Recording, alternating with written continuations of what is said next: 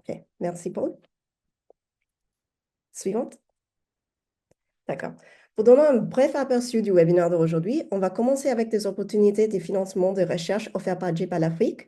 Et puis, on va passer la parole au FIT pour présenter les opportunités de financement. À la fin, on va prendre plus de questions. Suivant.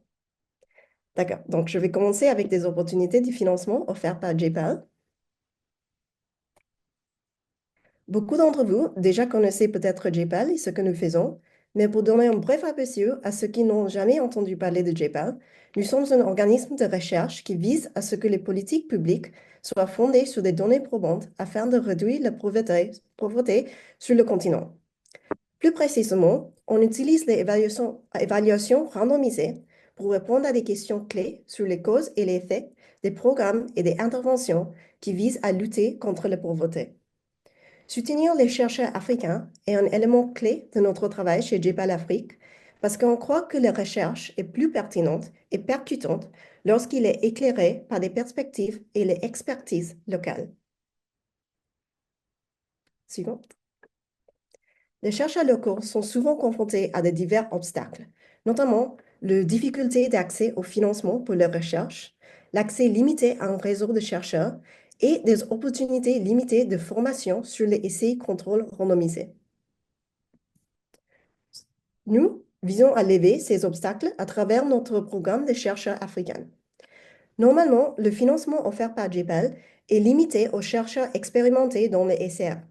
Mais à travers notre programme de chercheurs africains, les chercheurs intéressés par les évaluations randomisées, qui n'ont pas encore eu l'expérience dans cette méthodologie, peuvent solliciter un financement pour leur recherche. Un élément clé de notre programme, c'est le mentorat. Si votre proposition de recherche est sélectionnée, vous êtes jumelé à un chercheur de notre réseau en tant que mentor.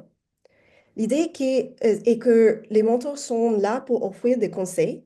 Le chercheur mène son propre recherche et on espère que le jumelage offre le chercheur des opportunités d'enrichir ses propres compétences dans le domaine des évaluations randomisées.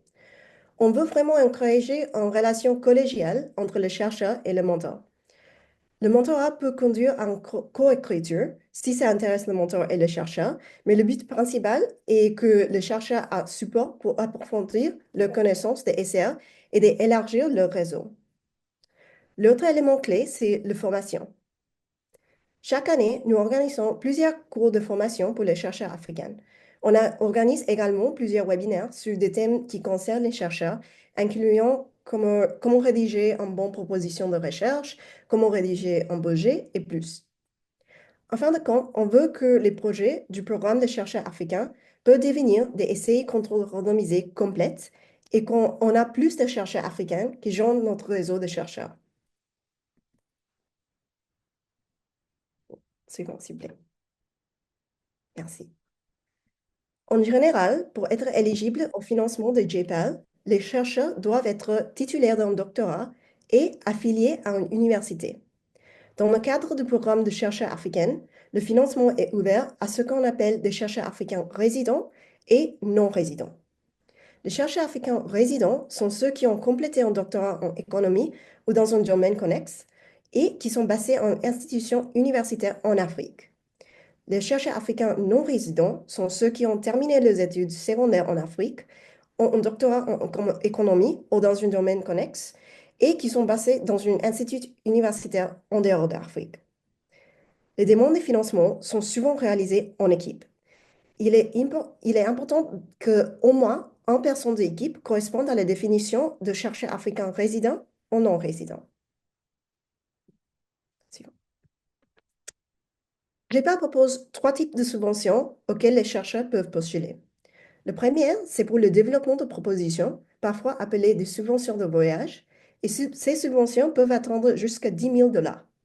Le deuxième type de subvention est pour des projets pilotes. Ça peut aller jusqu'à 75 000. Et le troisième type de subvention, c'est pour des essais contrôle randomisés complètes. Ces subventions peuvent s'élever jusqu'à 400 000 $. Les subventions pour le développement de propositions et pour les projets pilotes financent des travaux exploratoires qui mèneront à un SCA. Ces subventions peuvent couvrir des activités telles que le déplacement pour rencontrer des partenariats de mise en œuvre, des groupes de discussion, des entretiens qualitatifs, des enquêtes quantitatives ou des tests d'addition en programme. Pour une subvention de projet pilote, vous devez déjà avoir une question de recherche claire et être à un stade où vous testez la viabilité de la conception de la recherche ou de la mise en œuvre. Les affiliés de GPEL, les chercheurs invités et les doctorats avec des affiliés de GPEL au sein du comité consultatif sont éligibles pour toutes les opportunités de financement offertes par GPEL. Comme un chercheur sélectionné dans le cadre de notre programme de chercheurs africains, vous pouvez postuler à tout moment pour des subventions de développement de propositions et de pilotes. Vous êtes éligible à une subvention pour une SCR complète une fois que vous menez un projet pilote financé par GPEL avec succès. Il est très important de noter qu'on ne couvre que des coûts liés à la recherche. On ne couvre pas les coûts de mise en œuvre. Je tiens également à souligner que JPAL ne finance que les recherches qui sont ou qui conduiront à un essai-contrôle randomisé. Par exemple, on ne finance pas les études qualitatives ou les études quasi-expérimentales. Cependant, vous pouvez par exemple faire des entretiens qualitatifs dans le cadre de votre travail exploratoire ou pour soutenir votre SCR. Je voudrais aussi souligner que malheureusement, à ce moment, JPAL n'accepte pas les propositions rédigées en français. Les propositions doivent être en anglais. On espère que dans le futur, nous pouvons accepter les propositions dans les deux langues. Suivante. Merci. Nous finançons les recherches à travers ce qu'on appelle des initiatives. On a 5 initiatives qui soutiennent le programme de chercheurs africains actuellement. Premièrement, on a l'initiative d'identification et de finances numériques, Digify. Cette initiative finance des recherches sur les finances numériques et les identifications biométriques. L'initiative est ouverte aux chercheurs africains résidents et non résidents et les demandes de propositions se font continuellement. Deuxièmement, on a l'initiative d'emploi et opportunités. Cette initiative finance des recherches sur les défis urgents du marché du travail. Et pour y postuler, vous devez être un chercheur résident. Les demandes de propositions pour cette initiative vont ouvrir au février l'année prochaine. Troisièmement, on a l'initiative de protection humanitaire.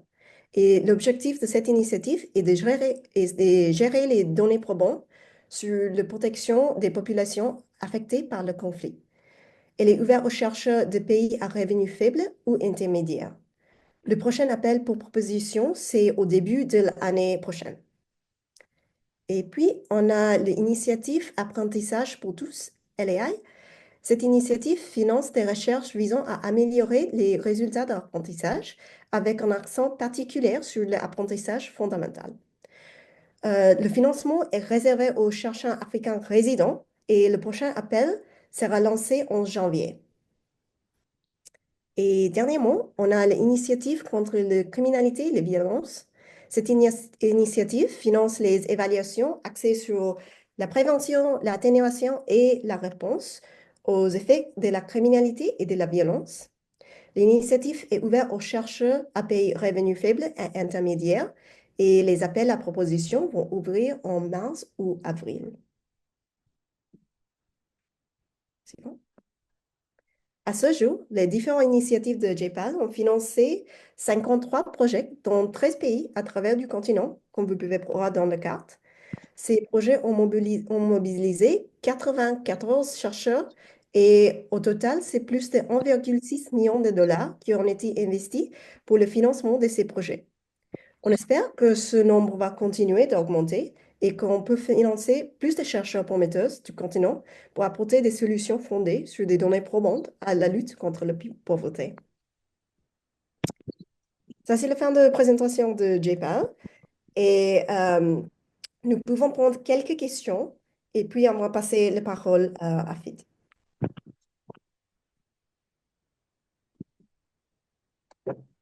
Si vous avez des questions, s'il vous plaît, utilisez la fonction de lever votre main en Zoom.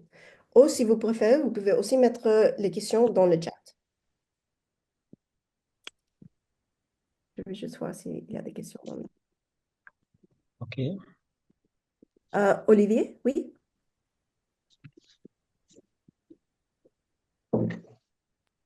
Ah, je voulais aussi dire, si vous voulez poser des questions en anglais, vous pouvez faire ça aussi. Oui, bonjour. Bonjour. Oui, dans votre présentation, vous avez dit que JPAL ne finance, bon, les financements qui concernent, dont s'occupe JPAL ici, ne concernent que, donc, JPAL ne finance que le financement d'un docteur. Ok. Oui, Donc, il faut forcément avoir un doctorat pour oui, avoir accès à ces financements. oui, c'est ça. Oui, je voulais savoir s'il n'y a pas d'autres formes de financement et d'autres sortes de financement auxquels peuvent avoir accès, par exemple, des masters ou quelqu'un qui n'a pas un doctorat. Malheureusement, à JPAL, on n'a pas le financement si vous êtes à niveau de master. Euh, mais peut-être il y a des autres organisations. Euh, je vais juste demander à ma collègue aussi, Raquel. Do you know other sources of funding if you're at the master's level? Because JPAL doesn't offer funding if you're at that level. Yeah, we don't have any funding at the master's level. Yeah, sorry. Donc, désolé, pas à JPAL. Ah, d'accord, merci. Oui, Nadam? Nida? Ok, merci, bonsoir. Ça va, si est-ce que vous m'écoutez? Euh, c'est un peu difficile de vous écouter, mais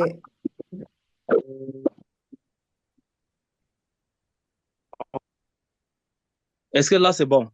oui, ça c'est mieux. Merci. Ok. Bon, j'ai vu tout à l'heure, là, quand vous avez projeté les pays où j'ai pas la déjà eu à financer, et comme je suis du Cameroun, ça m'a un peu intrigué et je voulais poser la question, est-ce que DUPA ne reçoit pas des propositions pour le Cameroun ou c'est délibérément, comment on peut dire, c'est délibérément que vous avez choisi des zones en Afrique? Les zones qui sont sur le cadre, c'est juste les projets qui ont été sélectionnés. C'est possible qu'il n'y avait pas des chercheurs de Cameroun qui ont soumis des propositions, mais c'est pas qu'on sélectionne juste dans une région en Afrique. Mais une chose qui peut affecter les zones, c'est que les propositions doivent être en anglais. Oui, bon, le Cameroun est à vocation bilingue. Bon, ça parce que ça m'intrigue un peu, ou bien c'est parce qu'il n'y a pas de réseau de chercheurs dédiés par le Cameroun. Je me pose beaucoup de questions par rapport à ça. Paul, est-ce que vous pouvez traduire la question pour Raquel? Je pense qu'elle peut répondre mieux. Okay, I can try in English. Oui, allez-y. Okay, yeah, my question is not that in Cameroon we don't have a network of JUPA researcher, or is because Cameroon are not really that performant in submitting good proposals? So, Raquel, you. Yeah, so we have recently actually funded a project in Cameroon. Oh, sorry, no, that's Cote d'Ivoire. Yeah, we have received one or two proposals for Cameroon, but we don't receive a lot of proposals, so it hasn't been that the quality is necessarily bad. We just haven't received many proposals from that region, and that's probably why you see that. I don't know if I understood the question correctly. Uh, just I thought maybe because Cameroon we don't have really a network of researchers, maybe affiliated to Japan. That's why I was asking if maybe because Cameroon we don't have that network of researchers. Is that possible to explain the situation? It could contribute to it, but you don't need to you don't need to apply with an affiliated researcher at JPL. So you can apply on your own. I don't really have the answer to maybe why we haven't yet funded a project in Cameroon. It could be because of the network. I'm not sure, but generally you don't need to know someone in the JBAL network when you apply. You can apply without knowing anyone. And if you do receive funding from us, then we will link you up to a mentor in our network. So yeah, I don't really have a good answer on that. It may be a reason, but it's not a prerequisite to have someone that's part of our network in your country before you're able to receive funding from us. Okay, thank you. Because the last time I was discussing with your colleague from the FIT. They said they were already financing some project in Cameroon, but when I saw the map, I was really upset that Cameroon, we don't have any single project in Cameroon. So I was like, oh, how managed Cameroon are not really placed in the map? Well, hopefully we'll have a project from you applying from Cameroon soon. Okay, thank you. Thank you. Thanks. I'll take a few more questions. I'm not sure who raised their hand first. I'm really sorry. Ah, désolé, c'est en français. Je vais prendre quelques plus de questions. Je suis pas sûre qui a levé son main premièrement, mais je vais appeler C'est moi. Ah, Oui, bonjour. Je suis Sylvain Pécham du Cameroun. J'avais une préoccupation. J'avoue que c'est très intéressant de suivre cette formation. Ma question est la suivante, puisque mon prédécesseur a déjà relevé le point que je voulais relever par rapport à la position du Cameroun. Et vous avez répondu tout en disant que certainement, peut-être, les projets soumis par les Camerounais n'avaient pas été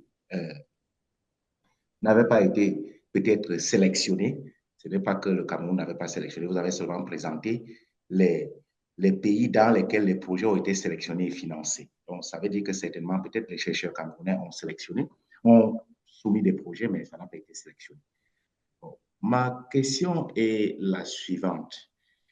Quels sont les critères de sélection? Excusez-moi parce que j'ai pris la formation en cours. Quels sont les critères pour les sélections des projets? Et est-ce que ce sont les chercheurs isolés ou bien il faut un groupe de chercheurs éparpillés dans plusieurs pays, ou bien est-ce que les chercheurs doivent être regroupés dans un pays pour soumettre un projet? Ainsi de suite. Voilà ma question. En passant, je suis Sylvain Pécham du Cameroun. Merci beaucoup. D'accord, merci beaucoup. Raquel, are you able to answer this question? So he's asking about what are the criteria for selecting propositions and whether it's just one researcher or whether it can be a group of researchers. I'll answer the bit about the one researcher group real quick, and then maybe you can talk a little bit about the selection criteria. Donc, pour juste répondre à la dernière partie de votre question, c'est normalement fait en groupe, donc c'est pas nécessaire d'avoir juste un seul chercheur qui postule, mais ça pourrait être une équipe de chercheurs. Et ma collègue Raquel va répondre à la deuxième partie de votre question. Thank you. So we look at 3 criteria when we evaluate the letters of interest that are submitted. So the one is whether you have a PhD in economics, and only one person in your team needs to meet that criteria for the team to be able to apply. Then it depends on the initiative. So most of the initiatives you have to be based at an academic institution in sub-Saharan Africa. But I think DGFI and HBI, you can be based at an institute outside of sub-Saharan Africa. And then we also look at whether your idea has a pathway to become an RCT. So at the stage of applying, it will be probably a proposal development grant and a pilot, and doesn't yet have to be an RCT, but it needs to be an RCT-able question. So it needs to be a research question that can turn into an RCT in the future. And those are the 3 things we look at in terms of eligibility. And then just like broadly for all initiatives as well, we will see like whether the research question is within scope. So each of the initiatives will have a research agenda linked on their websites, and you can go through that agenda so you can specifically see what type of questions they're interested in and what they fund specifically. So your question would also need to be within that specific initiative's thematic scope to be eligible to apply. So that's what we look at.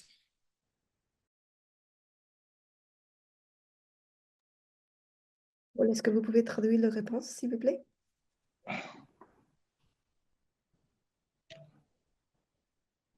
Merci pour votre réponse.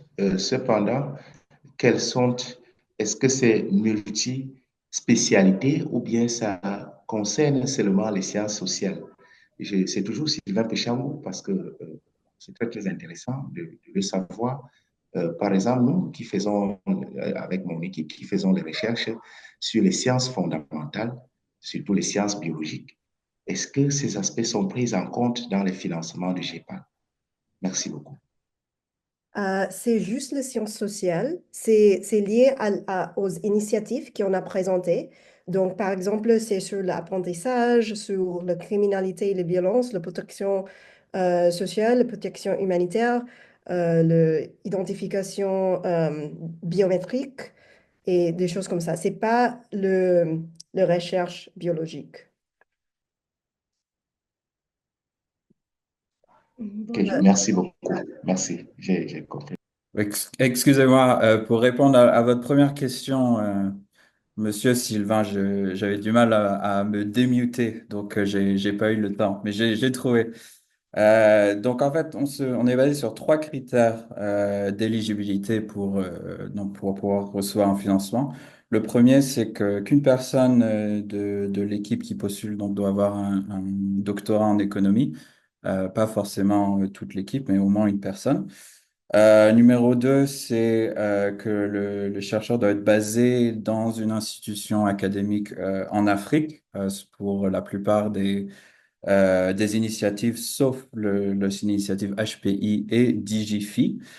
Et le troisième, donc, c'est une évaluation du potentiel de votre question de recherche à devenir un essai contrôlé randomisé. Donc, quand vous postulez, c'est pas forcément obligé déjà de l'être, mais donc il y a une évaluation après voilà, de son potentiel.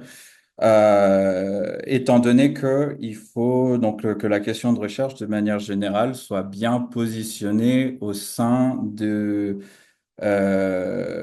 l'initiative pour laquelle vous postulez, car cette initiative a des thématiques particulières. Et donc, évidemment, voilà, votre question de recherche sera évaluée contre ces thématiques-là.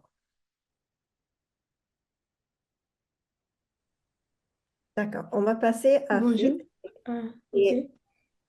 Désolé, on n'a pas le temps maintenant pour prendre plus de questions. Si vous avez des questions, vous pouvez les mettre dans le chat et je vais essayer de répondre maintenant. Mais on va passer au feed.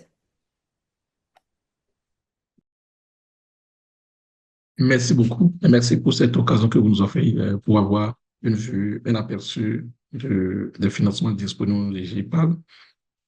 J'ai quelques questions. Tout à l'heure, vous avez parlé d'équipes. Est-ce que dans les équipes, on peut avoir, par exemple, les chercheurs européens dans une équipe, quand bien même que le chercheur principal serait basé en Afrique? Est-ce que c'est accepté d'avoir euh, un Européen ou un Américain dans l'équipe? La deuxième chose, j'ai vu les tranches d'allocation ou bien de budget à chaque type de financement.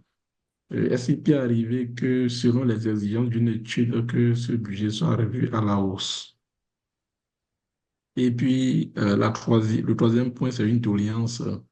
Cette présentation que vous venez de faire, est-ce que vous pourrez également les partager avec moi à la fin de la séance? Merci. D'accord. Merci pour les questions. Je vais répondre dans le chat à votre question. Et maintenant, je vais passer au feed pour que nous avons plus de temps pour écouter au feed aussi. Mais je vais répondre dans le chat. Merci Priya. Bonjour à tous et toutes. Je m'appelle Anne Thibault, je suis responsable d'impact au Fonds d'innovation pour le développement et je suis accompagnée de ma collègue Estelle Plat qui est chargée d'investissement au FID. Donc nous allons vous présenter les opportunités de financement du FID dirigées vers les chercheurs et en particulier les chercheurs africains et chercheuses africaines. Juste, nous vous encourageons plutôt à poser vos questions dans le chat, comme ça nous pouvons y répondre pendant la présentation. Et aussi, nous vous demanderons si vous avez des questions orales à les poser de façon concise et de façon à permettre à toutes les personnes qui ont des questions de prendre la parole ou en tout cas poser leurs questions et que nous puissions y répondre. Voilà, donc sans plus tarder, je vais faire une brève introduction sur le FID et ensuite je laisserai ma collègue Estelle vous parler des critères de sélection et des différentes subventions que nous pouvons proposer. Next. Donc, quel est le mandat et le fonctionnement du Fonds d'innovation pour le développement? Donc, tout d'abord, nous sommes un fonds relativement jeune, créé fin 2020, par le président français et à l'issue aussi du prix Nobel d'économie remporté par l'économiste française Esther Duflo. Donc, le FID a été créé à son initiative. Et donc, c'est un fonds qui est basé à l'Agence française du développement. Donc, nous sommes hébergés à l'AFD, mais néanmoins avec un fonctionnement autonome et nos décisions de financement sont indépendantes de celles de l'AFD. Nous avons notre propre conseil de direction dirigé par professeur Esther Duflo et d'autres personnalités qualifiées. Et donc, l'objectif est de pouvoir explorer et diffuser des nouvelles pratiques de développement. Le mandat est spécifiquement pour soutenir des solutions qui visent à lutter contre la pauvreté et les inégalités. Donc évidemment, ça recouvre un très large nombre de secteurs. Et l'idée, c'est également d'identifier des solutions aux défis les plus pressants. Donc voilà, nous n'avons pas de spécialité thématique ni sectorielle, du moment que les solutions proposées ont bien un objectif de réduction de la pauvreté et ou des inégalités. Aussi, notre théorie du changement se base aussi sur l'idée que l'innovation a le potentiel de transformer les politiques publiques. Donc, nous encourageons en tout cas les porteurs de projets qui ont des solutions qui peuvent être in fine passer à l'échelle à travers les institutions publiques, qu'elles soient locales ou fédérales ou centrales. Et avec, encore une fois, l'intérêt qu'elles puissent servir les intérêts et les besoins des personnes les plus vulnérables. Nous sommes une institution un fonds qui vise à créer un lien étroit entre des solutions et la recherche et les chercheurs et les chercheuses, à la fois parce que nous finançons également, comme JPAL, de la recherche. Nous le verrons pas seulement, nous finançons aussi l'intervention, les coûts liés aux interventions attestées, mais aussi parce que dans notre gouvernance, nous avons des chercheurs qui participent à la sélection des projets et on pourra revenir plus en détail sur le processus de sélection et le processus de candidature. Finalement, c'est aussi un fonds qui a une prise de risque assumée et motivée par l'apprentissage. Qu'est-ce que ça veut dire? Ça veut dire que nous soutenons des innovations qui sont à tout style de leur développement, depuis vraiment des stades très, très initiaux jusqu'au passage à l'échelle et aux transformations des politiques publiques. Et évidemment, nous sommes plus enclins à prendre des risques, en tout cas sur des solutions nouvelles ou des équipes moins identifiées qui se trouvent en début de leur développement. Nous rentrerons dans les détails des différentes subventions qui existent à ces différents stades. Et aussi, nous sommes à l'aise avec l'idée que certaines choses vont fonctionner, d'autres choses ne vont pas fonctionner. Mais ce qui nous semble le plus important, c'est de s'assurer que nous allons effectivement, en tout cas, qu'on ait un agenda d'apprentissage qui soit clair et que même si les choses ne fonctionnent pas, en tout cas, cet apprentissage sera utilisé pour informer le développement de l'innovation ou pour être reformulé de façon à mieux répondre aux besoins des personnes qui sont visées. Donc, sans plus attendre, je vais laisser la parole à ma collègue Estelle qui va vous en dire plus sur les critères d'éligibilité et de sélection. Merci Anne. Alors, au niveau donc tu en as déjà un petit peu parlé, mais donc au niveau des différents stades et des types de projets finalement qu'on finance, vous voyez qu'on a 1, 2, 3, 4, 5 stades, et dont certains qui sont divisés en deux. Le stade 0, c'est ce qu'on appelle le stade de préparation, dont le montant va jusqu'à 50 000 euros. Et là, on a des financements de préparation de deux types. Soit une préparation vers une demande de stade 1, donc c'est-à-dire soit une préparation vers un pilote qui va ensuite s'orienter vers un pilote, soit une préparation qui va s'orienter vers un stade 2, donc une évaluation d'impact. Et en fait, ce stade, c'est vraiment ce qu'on appelle un peu le prototypage de soit de votre innovation, ou soit de votre idée que vous voulez piloter, soit pour l'autre type de préparation, c'est ça peut être une étude de faisabilité d'une évaluation d'impact, mieux comprendre la représentativité de votre échantillon, est-ce que c'est faisable de randomiser, à quel niveau, etc. Et pour pouvoir ensuite présenter un design solide d'évaluation d'impact en stade 2. Donc ça, c'est vraiment les stades de préparation, stade 0, qui vont jusqu'à 50 000 euros. Ensuite, vous avez ce qu'on appelle le stade 1, qui est un stade pilote, c'est-à-dire, voilà, vous avez votre innovation, vous l'avez prototypée. Donc, le parallèle un petit peu, c'est vous avez fait votre formule en laboratoire. Et ensuite, maintenant, c'est prêt pour faire des premiers tests. Donc, c'est ça qu'on entend par pilote. Et donc, des premiers tests sur une population. Alors, on va pas chercher des choses très représentatives, mais par exemple, si vous faites un pilote sur 10 personnes, ben, typiquement, pour nous, ça rentre pas dans la définition d'un bon stade 1. Et je vais revenir ensuite sur les critères sur lesquels sont retenues les candidatures. Et donc, le stade 1, ça va jusqu'à 200 000 euros. Et comme l'a dit Anne, ça inclut aussi des coûts de mise en œuvre et pas seulement des coûts liés à la collecte de données et à l'analyse de données. Ensuite, on a la subvention de stade 2 qui s'appelle test et préparation du passage à l'échelle. Et parce que là, en fait, c'est dans la continuité du stade 1. Vous avez piloté votre intervention, vous avez piloté votre innovation. Peut-être, c'est pas forcément séquentiel, hein, c'est-à-dire que peut-être vous avez eu d'autres questions de recherche qui se sont posées, vous avez fait face à d'autres barrières que vous n'avez pas forcément anticipées, et donc peut-être qu'il faut encore continuer à piloter, etc. Bon, l'idée, c'est pour candidater à un stade 2, c'est que vous avez votre intervention qui a été solidement pilotée, vous savez qu'elle fonctionne, que votre théorie du changement, elle est bien ficelée, vous avez collecté des données qui montrent que votre théorie du changement, elle tient quand c'est testé dans des conditions réelles.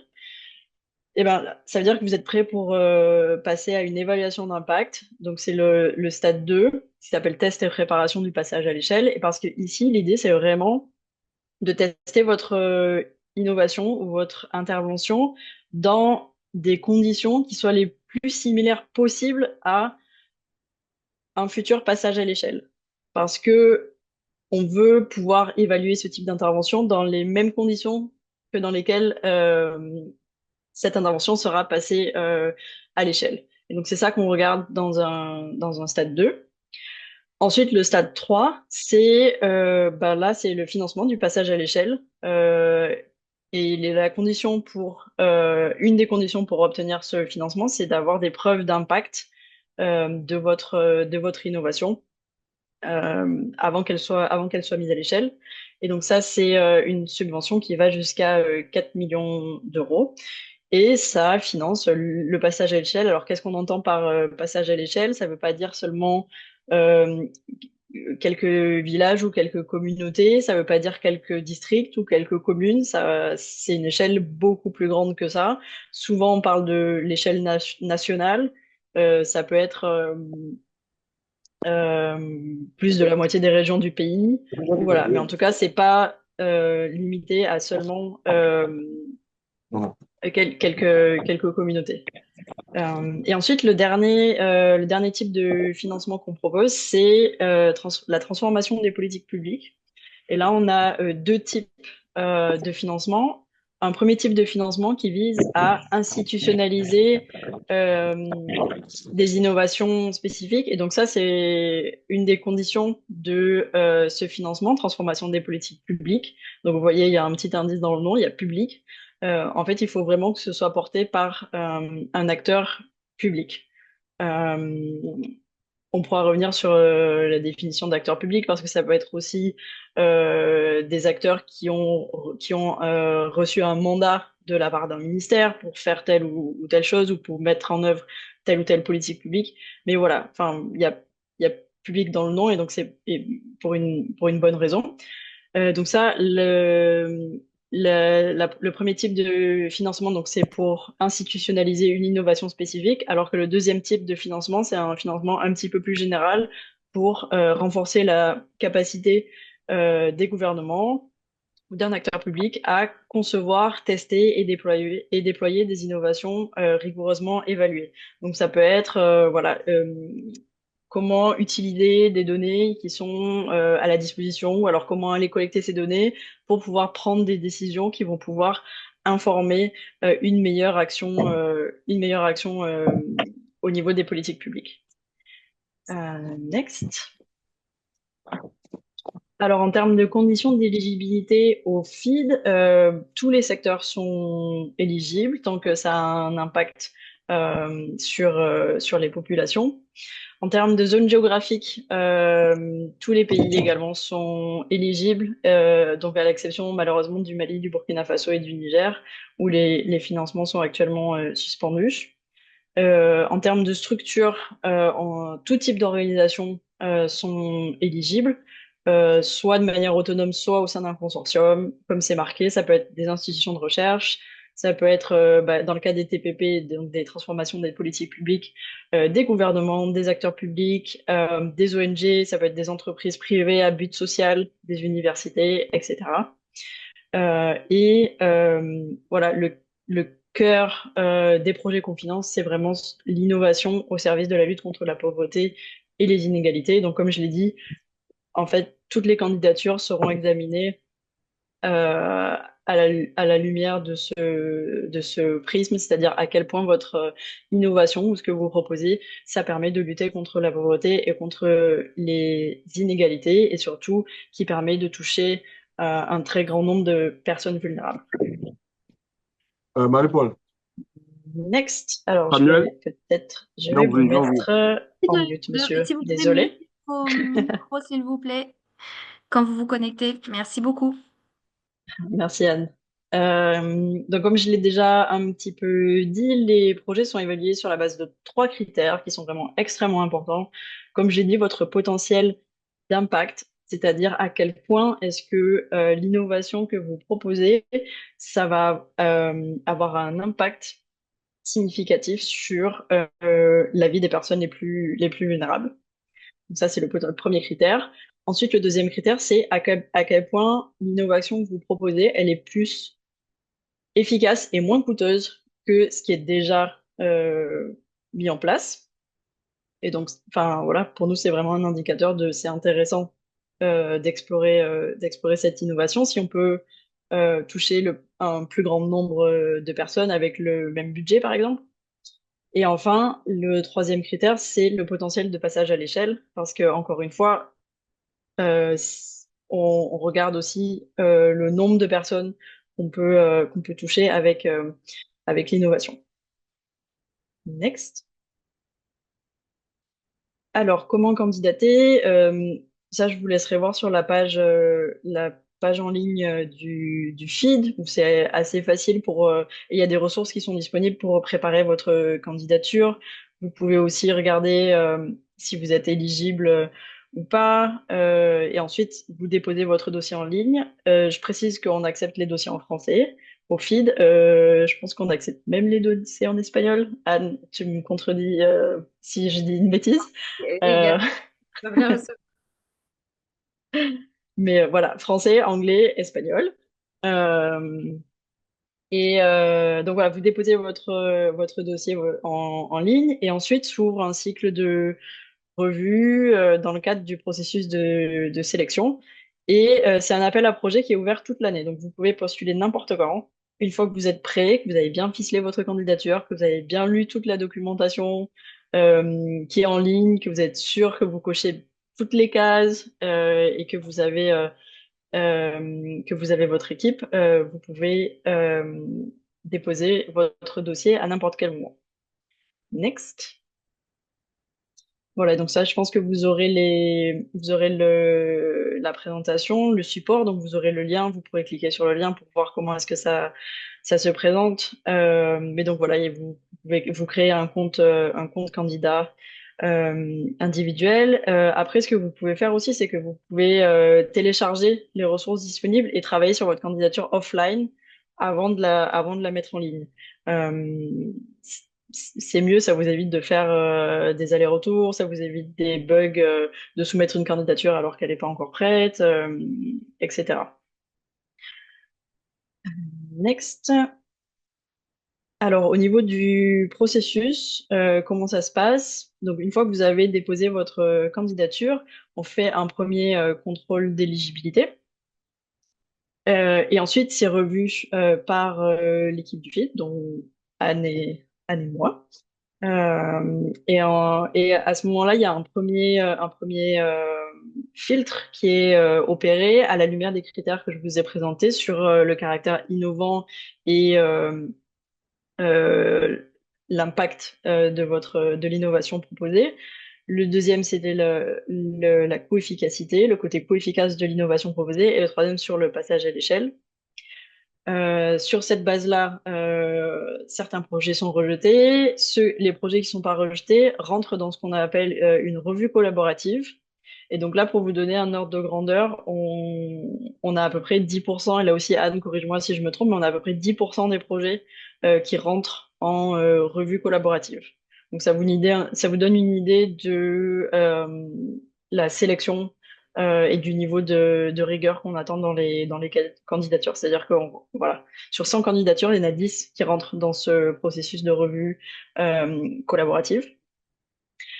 Et ensuite, on va rentrer dans une phase où l'équipe du FID va commencer à préparer votre dossier et rentrer plus en profondeur dans votre candidature. On va vous poser des questions sur des choses qui sont peut-être pas très claires dans la candidature. On va vous demander des informations additionnelles et tout ça pour décider si on vous fait passer en comité de revue ou pas.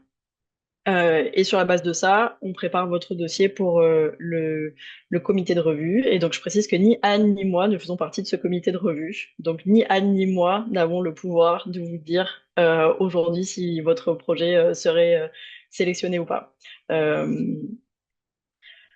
Voilà, ça c'est une petite précision. Et ensuite, une fois que votre dossier est examiné en comité de revue par 3 experts indépendants, et à l'issue de ça, vous savez ou non si votre candidature, votre dossier est retenu pour financement ou pas. Il y a éventuellement une 5e étape pour les subventions de plus de 1,5 million d'euros. Donc, par exemple, tous les stades 3 sont systématiquement examinés par le conseil de direction du FID. Et donc, comme c'est marqué en dessous, on essaye au maximum de répondre aux personnes dans un délai de 3 mois pour une première réponse à la candidature initiale. Et après, il faut compter environ 9 mois entre la réception de la candidature et la signature d'un éventuel contrat qu'on appelle convention au FID. Si jamais vous avez été sélectionné, vous avez passé toutes ces étapes et vous avez été sélectionné pour financement. Next. Alors, quelques exemples de bonnes pratiques. Alors, je vois que le temps passe et comme vous aurez aussi le support, je vais essayer d'être un petit peu synthétique. Mais donc, voilà, exemple de bonnes pratiques dans les candidatures. Alors, typiquement, j'ai dit qu'on finance des coûts de mise en œuvre de votre innovation et de votre intervention. Mais typiquement, on ne va pas financer des coûts d'infrastructure. Donc ici, il s'agit de construire des écoles, des bibliothèques, des puits, des adductions en eau potable, des usines, de la machinerie, du matériel. Ça, c'est des choses qu'on va pas financer et donc ça, c'est des coûts qui vont être rejetés. Ensuite, voilà, il faut bien expliquer dans votre candidature l'impact potentiel de votre innovation, faire vraiment un argumentaire très travaillé sur pourquoi est-ce que l'innovation que vous proposez, elle est plus coût-efficace que ce qui est déjà mis en œuvre actuellement et qu'est-ce qui change, qu'est-ce qui motive le fait que ce soit plus coût-efficace.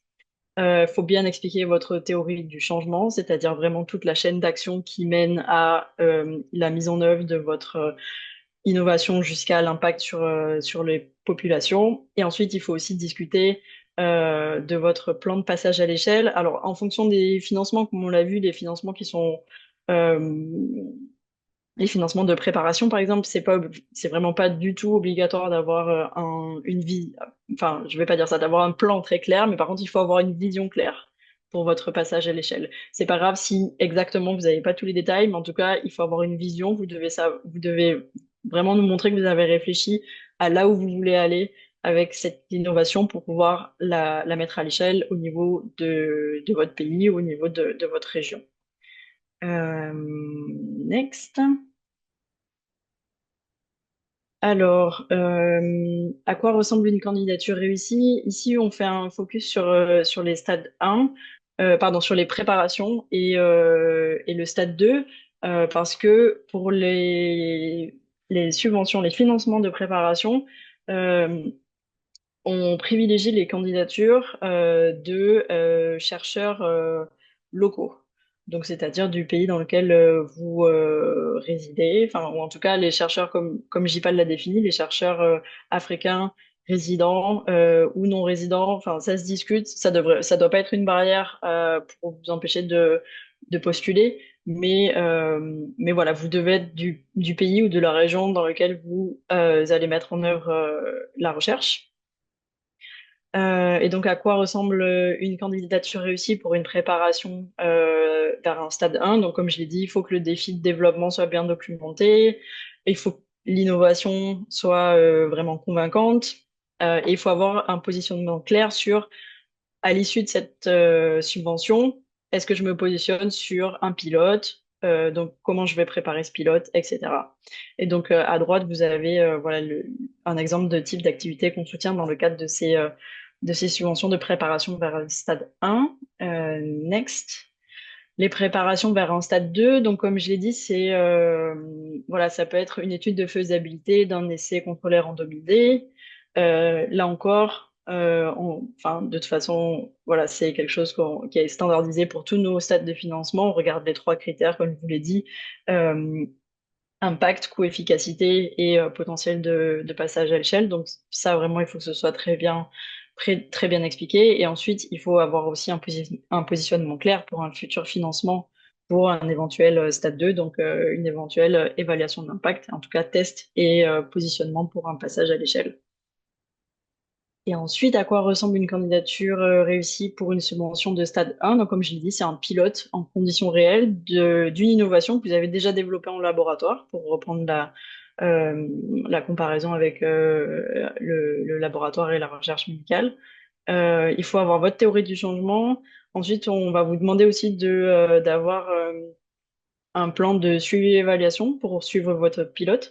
Et aussi, on va vous demander d'avoir des questions claires de qu'est-ce que vous voulez apprendre de ce pilote. Est-ce que vous voulez apprendre, est-ce que c'est des questions d'adoption? Est-ce que c'est des questions de comment est-ce que c'est reçu par les populations?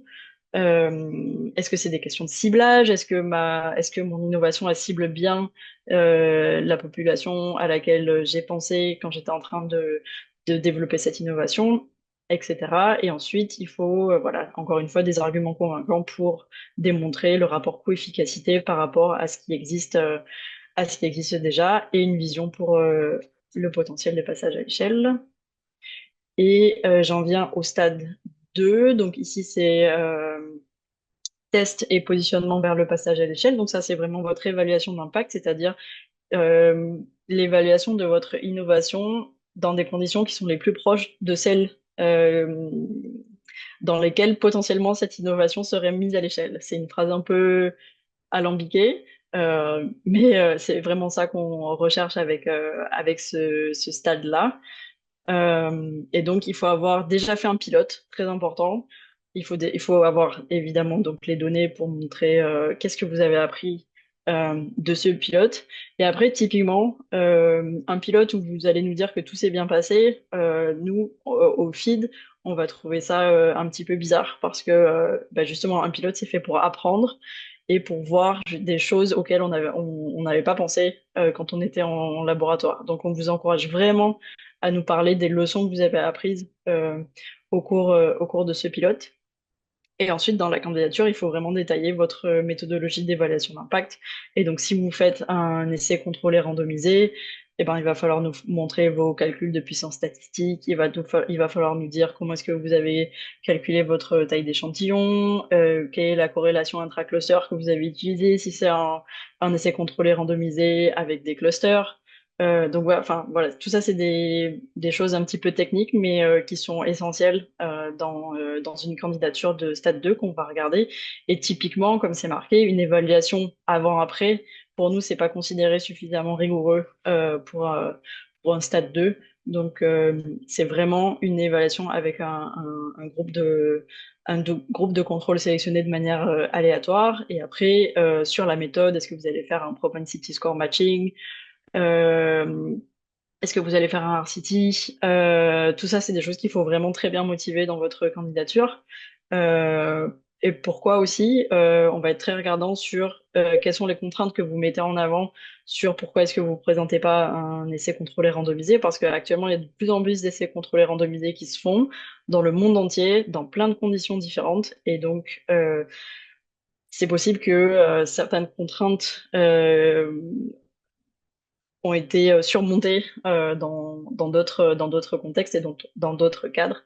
Et donc, enfin voilà, soyez sûr qu'il y aura quelqu'un au feed qui pourra vous dire oui, mais ça a été fait ailleurs et ils ont fait comme ça. Alors pourquoi est-ce que vous pouvez pas faire ça dans ce cadre-là? Voilà, j'espère que ça a été un petit peu clair. Il vous faut vraiment un partenaire de recherche solide aussi pour un stade 2 et encore une fois comme pour tous les autres stades et peut-être encore plus pour un stade 2 vu qu'on monte de plus en plus vers le passage à l'échelle, il faut vraiment essayer d'avoir une stratégie la plus claire possible pour mettre à l'échelle votre intervention si jamais on trouve des résultats positifs. Voilà, désolée, j'étais un peu longue et donc il ne nous reste plus que 5 minutes pour les questions.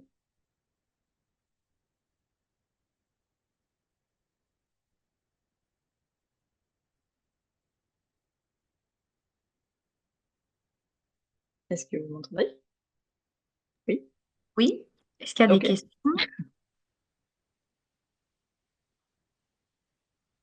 Il y a des questions, n'hésitez pas à vous concentrer sur les questions qui peuvent aussi être intéressantes pour les autres participants. Euh, Est-ce que je peux poser ma question? Je ne sais pas comment appuyer sur le bouton pour lever la main, si vous permettez. Allez-y. Oui. Voilà. Je voudrais juste savoir si il est possible que, par exemple, un bénéficiaire à un stade qui sied au FID peut rechercher un partenariat avec JPAL pour la conduite, par exemple, d'un essai randomisé si celui-ci a été rendu ou est potentiellement éligible avec le financement de mise en œuvre FID.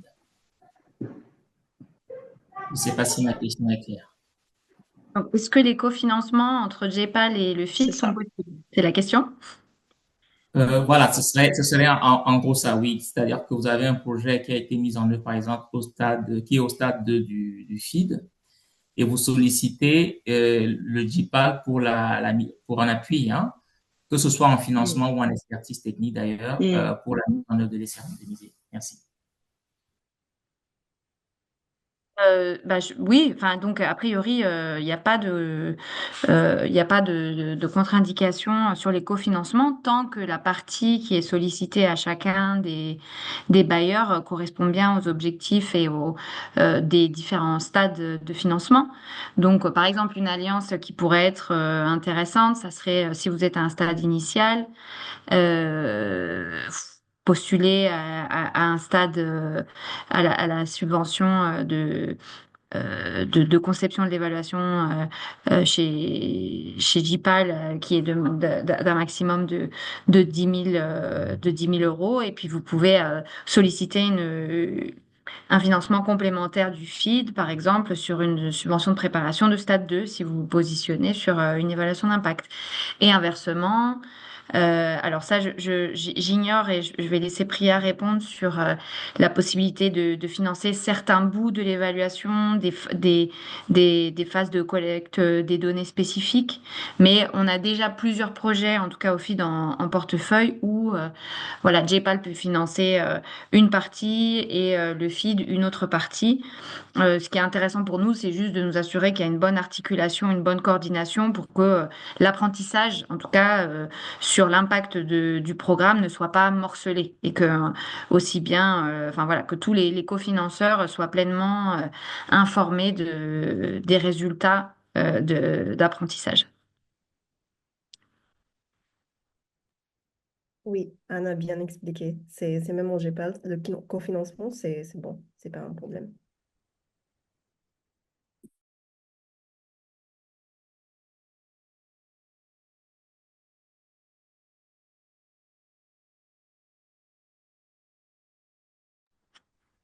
S'il y Je a- peux peut-être poser ma question. Allez-y. J'ai beaucoup de questions. Si vous en avez beaucoup, vous pouvez en poser peut-être une ou deux les plus importantes et les autres, on pourra peut-être y répondre à travers le chat ou sinon on peut également y répondre par email si besoin. OK. Oui. Bon, concernant l'email, j'avais envoyé un email, ça fait déjà 2 semaines, mais pas de réponse. Je suppose que vous...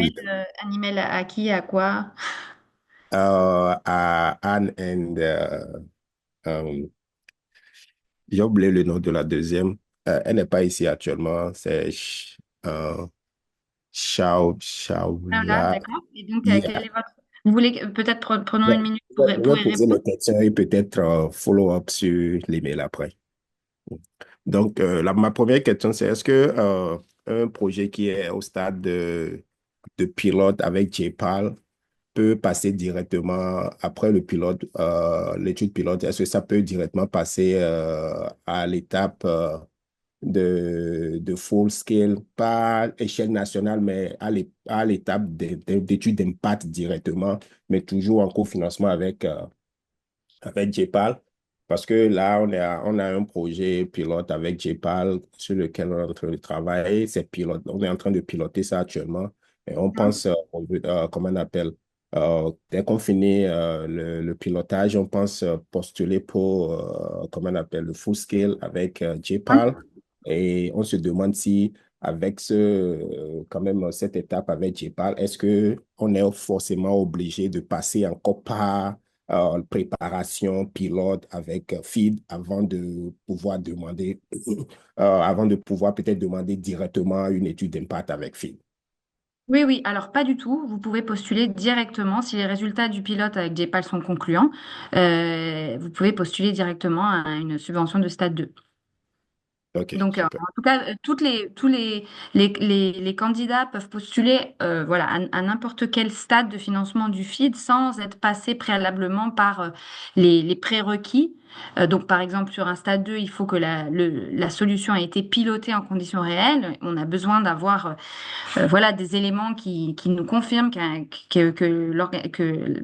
l'intervention a déjà été pilotée, mais pas nécessairement dans le cadre d'un financement du FID. Ça peut être JPAL ou d'autres. OK. Deuxième question, je vais m'en arrêter là. Est-ce que, comment on appelle, un Africain qui a fait toutes ses études en Afrique, mais qui a fait le doctorat aux États-Unis ou, je sais pas, ailleurs, éligible pour, comment on appelle, avec le FIT, parce que je sais qu'avec certains projets de JPAL, on n'est pas éligible, mais est-ce qu'avec le FIT, on est éligible? À condition que, pas que qu'on va de manière unilatérale faire le projet seul, mais toujours en partenariat avec peut-être les collègues qui sont basés, comment on appelle, en Afrique ou avec des organisations qui sont basées en Afrique. Est-ce qu'on est éligible?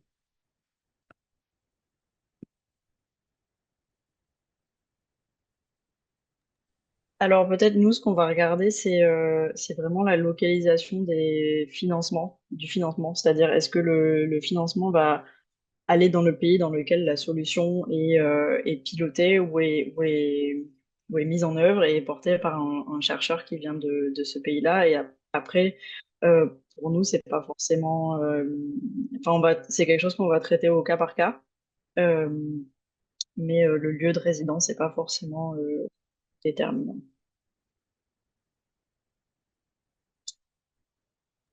Merci.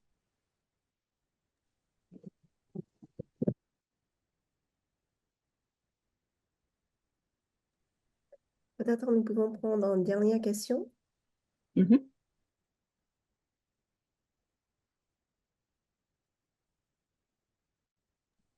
Il y a Monsieur So qui vient de lever la main.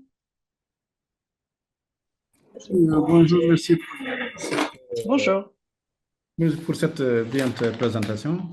Bon, j'aimerais savoir, pour le feed,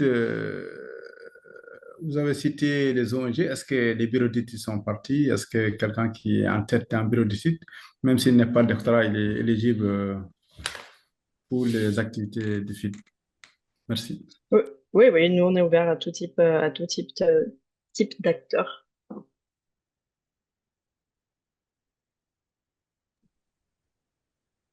Parfait. Je sais qu'il y a d'autres questions, mais malheureusement, nous sommes à l'heure. Donc, merci beaucoup pour votre participation, pour votre question. Nous allons circuler les dispositifs de la présentation et aussi l'enregistrement. Et Paul, si vous pouvez passer suivante. Parfait. Nos courriels sont là. Donc, si vous avez des questions supplémentaires, vous pouvez nous contacter au courriel. Et merci beaucoup et je vous souhaite une belle journée. Merci.